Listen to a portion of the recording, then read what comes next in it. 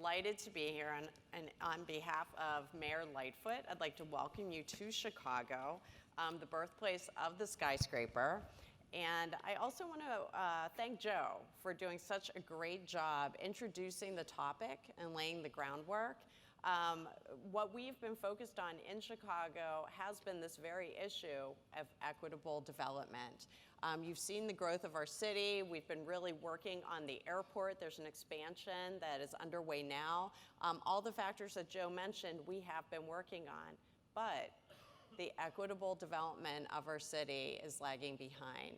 And we see, in order to grow our city, to grow our population, we need to address this issue and then many of the other issues that we face and other urban centers face, such as violence, underserved areas, those will fall into line as well. So we have many strategies that we're looking at, but I'm here today to talk to you about a particular strategy that we've undertaken that's directly linked to tall buildings. But I have to say that my background is an architect, and I worked on many of the historic skyscrapers as a young architect here in Chicago. My background is historic preservation, and I'm happy to say that many of the buildings you'll be talking about, I was able to work on here and restore them. But I do want to give some context per the theme of the conference, the past 50 years, and then looking into the next 50. So as many of you know, Chicago was founded around our water system, and it's still very important to us today, Lake Michigan and the river, and many of our developments are still centered around those amenities. The Great Fire allowed us to start over and to think the city anew. And of course, we have the great period of rebuilding after the fire when the skyscraper was invented. We then have the second phase of development after the Great Depression in the US. And I'm showing an image of Chicago and how it changed over time. It became very much a commerce-focused city. I'm carrying that into the commercial buildings and the buildings that you see below. This is the second Chicago School, and many of these are modern landmarks and are considered landmarks both to the city as well as to the architecture folks as well internationally. And then we move into current times. This was mentioned by Joe, a lot of the tall buildings that were built recently.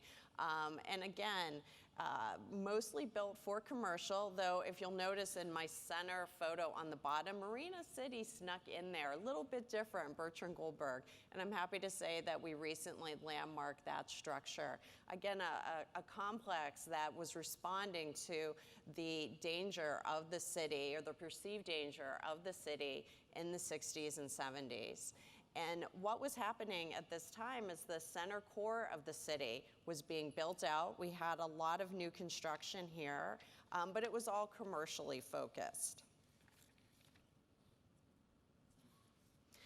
So as you all have seen in your few days here, a few hours, the Loop today is very vibrant. We have many tall buildings. It has continued to grow. However, the rest of the city, we began to lose population between 1950 and 2000. We lost 750,000 residents, and that largely had to do to the decline in industry and manufacturing that our city was built on. We also lost our leadership position, as Joe's slide presentation shown, in transportation, broadcasting, and entertainment.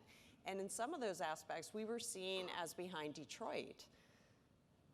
And in downtown specifically, our main shopping district, that became a pedestrian mall. Urban design moves were done to house low-income populations in city-sponsored housing around the city, further isolating different aspects of the population.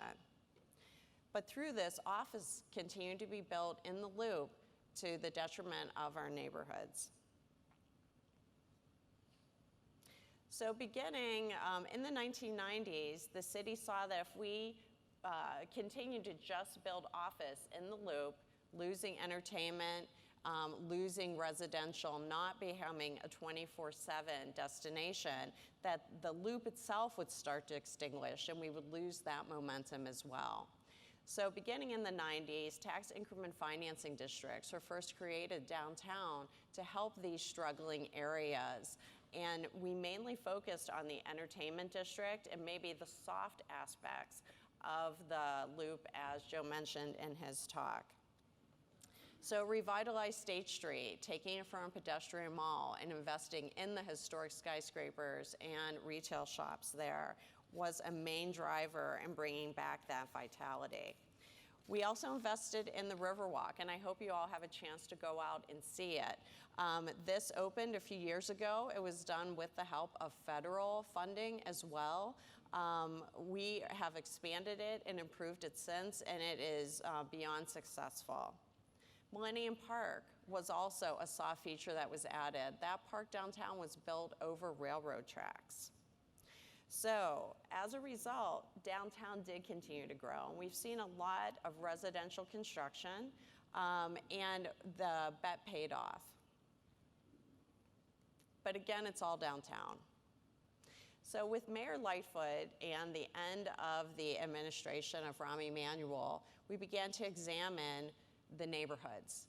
We felt like we had done our job. Downtown was in a good position, but really what was happening, and our planning department began to look at inequities and how do we start to characterize them and really set the problem statement.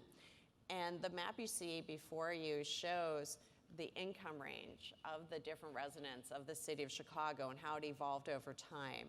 What is most remarkable is the middle income has almost left the city. So we have a city of have and have-nots that you may have heard mentioned in the media, and it is very real to us and is something that we need to deal with as a city government. And specifically, how do we get residents back to the city? It is all those things that Joe listed, essentially. We need safe neighborhoods, good schools, a good workforce, education.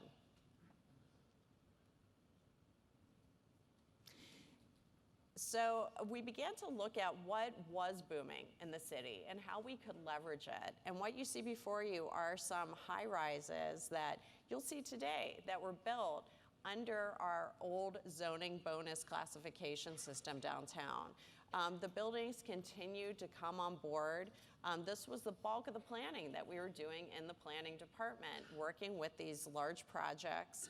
And they were achieving these heights through a bonus system that looked for amenities that would service the neighborhood. And this was a system that dated back into the 1980s and 90s. Our current code was updated in 2004, but it didn't significantly look at the economic impact of these buildings and the impact that it would have on the city as a whole.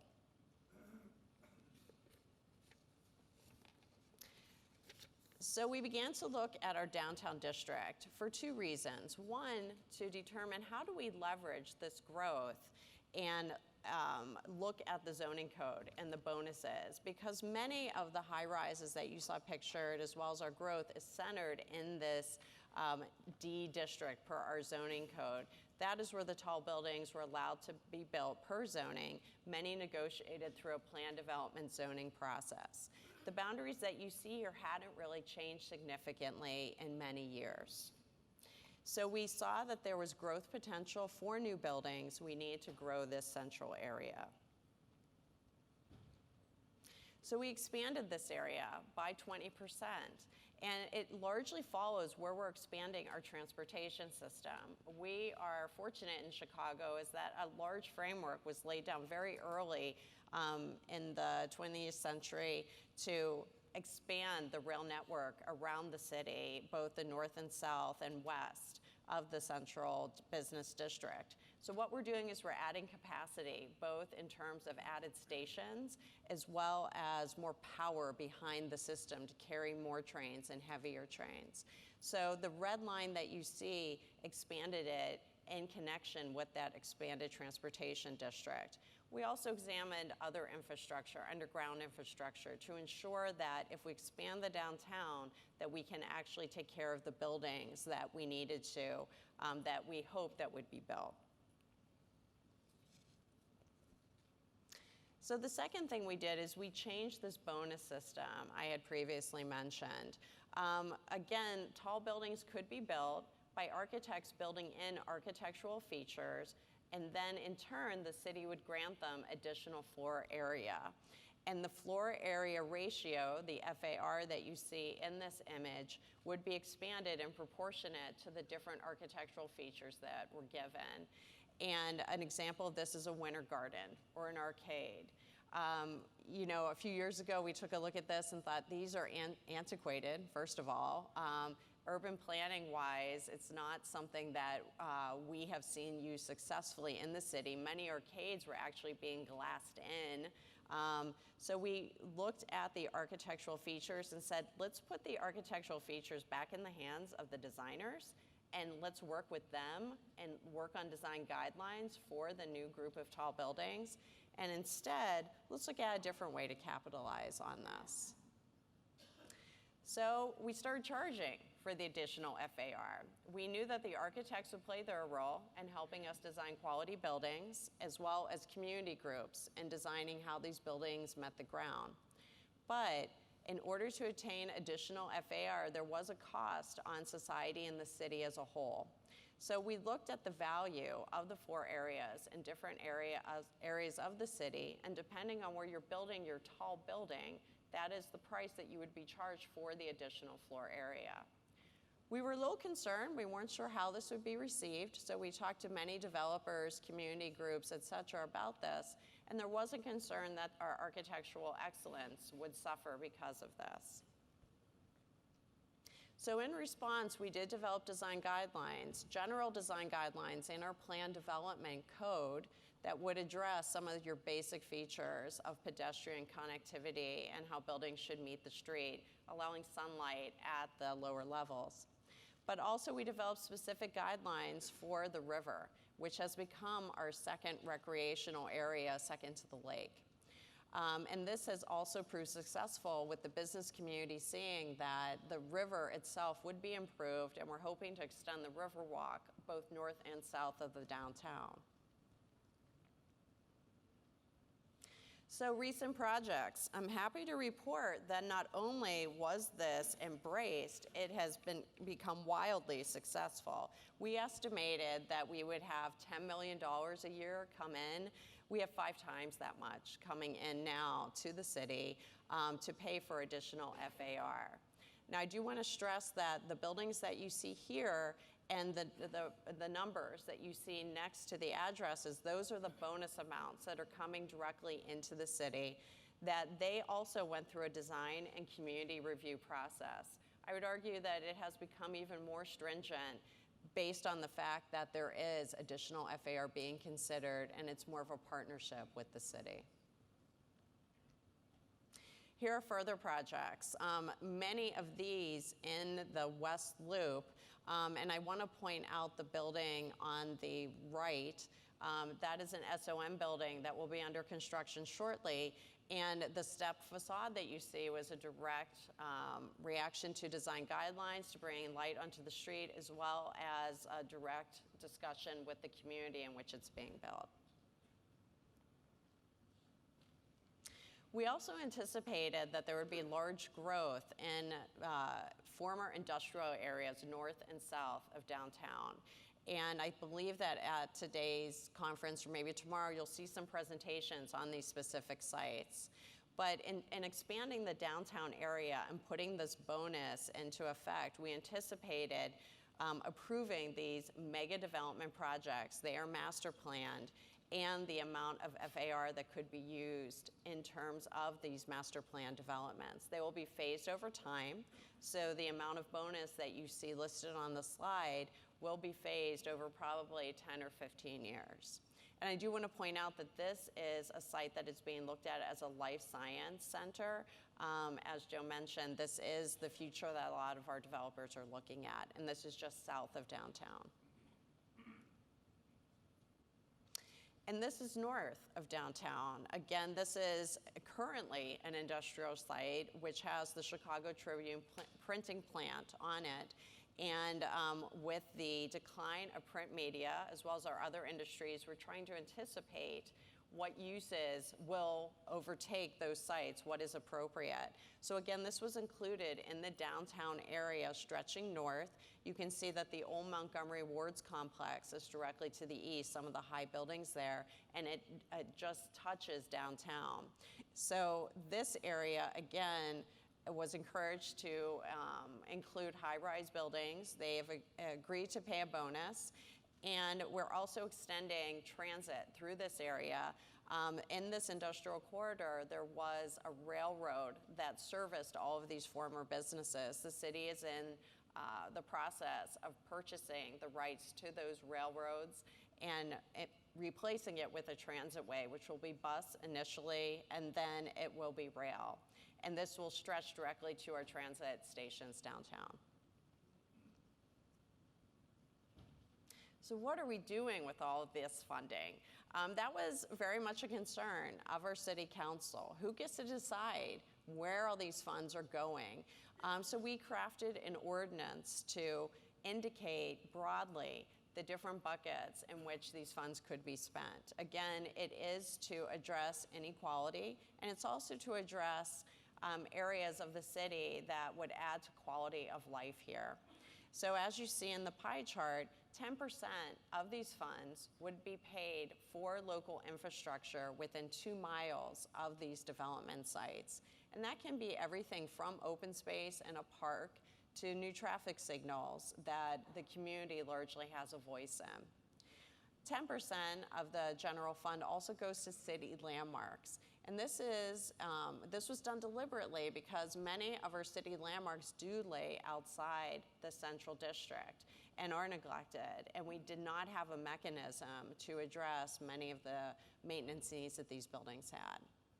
And then 80% are focused on neighborhood commercial corridors. It was a policy decision that to spur local wealth, we should focus on the commercial corridors first and really focus on workforce development as well as building wealth with local entrepreneurs. So the map that you see of the city is where we've distributed these grants so far.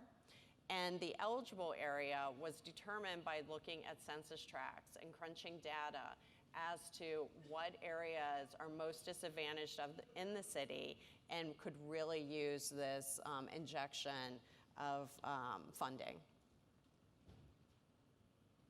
And what are the types of projects that we look at? Right now, it is an applicant-driven program, and our planners are in these neighborhoods working with the local entrepreneurs to ensure that they have good applications, they have good business plans coming in. And we're looking at a variety of projects. What you see in the upper left is an old library that's being turned into a community center, a local restaurant, a performing arts center in a neighborhood that had been largely vacant and abandoned. And then food. Access to quality food is a big issue in these neighborhoods, and supporting opening up supermarkets. Some of the landmarks that this fund has helped so far. Again, these are in the neighborhoods. The Uptown Theater is probably the most notable landmark. I believe it's the largest vacant theater in the US right now. And it's a magnificent interior, and it's one that the community has been rallying for years to save. There was a funding gap we couldn't fill. We can now. And then the other buildings that you see here are other neighborhood landmarks. A church, a religious structure, typically we also could not fund. And then affordable housing in the lower image. So again, with the amount of funding that's coming into this program and looking at the stem of inequality that we're seeing in the city, when Mayor Lightfoot arrived, she said, I want to step this up. I don't want to rely just on local entrepreneurs applying. I want to take the leadership position in addressing inequalities in these areas. So just last week, we launched Invest Southwest, and we are looking at this Neighborhood Opportunity Fund, as well as other funding mechanisms the city has, tax increment financing, as well as all the other investments we make in schools, in libraries, in roads. and we are focusing them. We are putting them all together in an investment strategy in the 10 neighborhoods that you see here. And that is a signal to our corporate partners and philanthropy that the city is first in, and we want you to follow us, and this is where we need help. And I'm happy to say that BMO Harris and Starbucks has joined us in investing in these neighborhoods, and we're hoping to have many other corporate sponsors on board. And these are some of the neighborhoods that we're looking to invest in. Again, another Chicago landmark, Laramie and Chicago Avenue, the Laramie State Bank. This is a local landmark for the Austin neighborhood that's west of the city. An old meeting hall, again, an immigrant welcome space at Ogden and Kedzie. And 47th and Halsted was one of our local retail districts. These are projects that are ready to go and we'll be investing in with our partners. Also, local businesses. We're not losing sight of this, and we will continue to invest in these entrepreneurs and leverage the investment that we're doing, again, with corporate sponsors. So we have all these programs. We're focusing on the south and west sides of the city and addressing this inequity question head on. But what about the rest of the city? We can't lose sight. We have the downtown, we have the south and west sides. We also have a whole north side of the city that we need to take into account as well. So I'm happy to say that Mayor Lightfoot has also asked us to take on a citywide plan. Chicago really hasn't had a comprehensive citywide plan since the 1960s. And that was largely to put into place to accept federal funds for urban renewal and created a lot of the problems that we're correcting today. So we're hoping that the citywide plan, the citywide conversation, will further unite the city and create common goals around affordable housing, how we're going to spend our tax dollars, have folks recognize that we need good schools everywhere, not just in the most wealthy districts. So hopefully the next time you're back in Chicago, we'll have another conversation about that. Thank you so much.